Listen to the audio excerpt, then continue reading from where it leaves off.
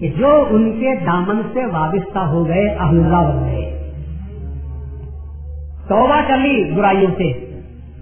فقط ایک حضرت شیخ عبد القادر جیلانی کی صحبت کے ایک سچائی سے جب ڈاکوؤں کا پورا قافلہ اور اس کا سردار اہلُاللہ ولی اللہ بن سکتا ہے تو جو زیادہ صحبت میں رہتے ہوں گے تو ان کا کیا مقام ہوتا ہوگا. لوگ ایسے بھی ہیں انہوں نے اپنی پاک سیرتوں کے ذریعے سے، اپنی پاک زندگیوں کے، اپنی نورانی زندگیوں کے ذریعے سے لوگوں کی زندگیوں کو بھی نورانی بنا دیا، زندگیوں کو پاک کر دیا، ان کی حیات کو بدل کر رکھ دیا، دور دور تک برائیوں کا کوئی صاحبہ تک نظر نہیں آیا. یہ بات جب جگہ پر صحیح ہے. لیکن کچھ لوگ ایسے بھی ہوتے ہیں جو اس پوری پیری مریدی کے ڈھنگ کو اختیار کرتے ہیں، وہی لباس پہن لیتے ہیں، وہی امامہ وہی سایہ پہن لیتے ہیں اور لوگوں کو گمراہ کرنے کے لیے خود مختلف قسم کی حرکات کرتے ہیں، خلاف شرابی حرکات کرتے ہیں اور ایسوں کو پیری مریدی کرتے ہیں. دنیا دین کو ان کی دنیا کو بنانے کے لیے نہیں بلکہ اپنی دنیا کو بنانے کے لیے کرتے ہیں. تو جو لوگ ان لوگوں کو دیکھتے ہیں تو وہ یہ کہتے ہیں کہ تب ان سے تو ہم اچھے. کہتے ہیں بات صحیح ہے، بات صحیح ہے، نام لے کر بات کرو تو بات صحیح ہو سکتی ہے.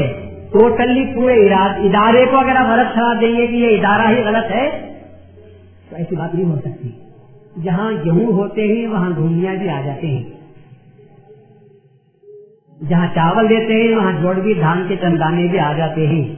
میں اس وجہ سے کہ چند دانے آ گئے تو پورے چاول کو نہیں پھینک دیتے. ارے جہاں کمبل ہوتی ہے وہاں کھٹمل بھی آ جاتا ہے. تو کمبل میں کھٹمل آنے سے کمبل کو تو اٹھا کر پھینک نہیں دیتے، کھٹملوں کو نکال کر بازو رکھو، اس کے بعد آرام سے ہوٹل سو جاؤ.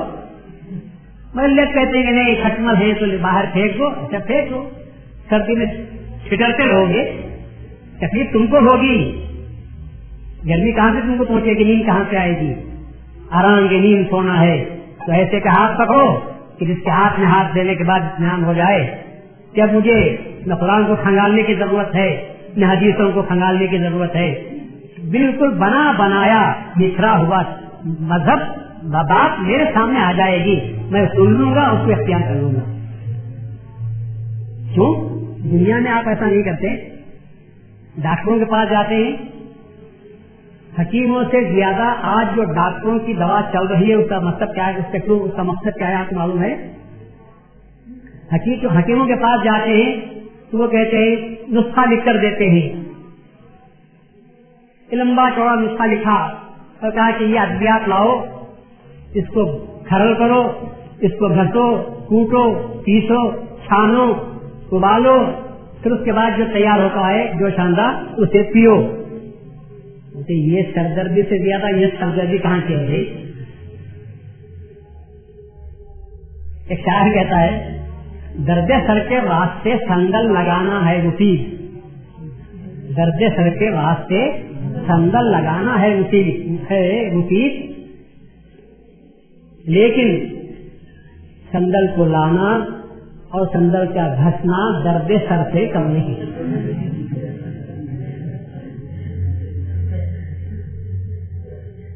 یہ خود درد سر ہے. سنگل ڈھونڈنے جاؤ، لکڑی منگو لوگوں کے پاس، پھر لا کر گھسو، وہ بھی ٹھیک پر گھسو، اس کے بعد میں لگا لے کر پڑھو. اس سے اچھا ہے تب میڈیکل گئے، بے درد سر کا درد ہے دوا لے کر گولی کھا لو، 5 منٹ میں آرام ہو جائے گا. تو لوگ آرام چاہتے ہیں، لوگ آسانی چاہتے ہیں. دنیا کے لیے آسانی ڈھونڈنے والوں دین کے لیے آسانی نہیں ڈھونڈتے. جو آدمی تیار ہو کر بیٹھا ہوا ہے نسخے رکھ لے کر نہیں، مربع تیار کرا ہے، حلوہ چڑھا دیتا ہے، آپ کا آرام ہو جاتا ہے. آپ کہتے ہیں نہیں میں چھانوں گا، میں پھوٹوں گا، میں پیسوں گا. تم سے ہونے والی بات نہیں ہے. تو جس طرح دنیا میں ڈاکٹر کے پاس سے گولی لاتے ہیں اور اب تو گولی سے زیادہ ڈاکٹر صاحب انجیکشن دے دو، تو انجیکشن لے دے فوراً 5 منٹ میں آرام ہو گیا. تو دنیا میں آسانی چاہنے والوں دین میں بھی آسانی کے لیے مہدی موعود نے کہا مسجد کے ہاتھ پر بیعت ہو جاؤ، وہ دوا بھی دے گا، گولی بھی دے گا، ضرورت پڑ جائے تو تم کو انجیکشن بھی دے گا. ایسا انجیکشن کہ جس کے ذریعے سے 14 طرف تمہارے روشن ہو جائیں گے. اور انجیکشن جس کو میں کہہ رہا ہوں وہ بس خدا ہے.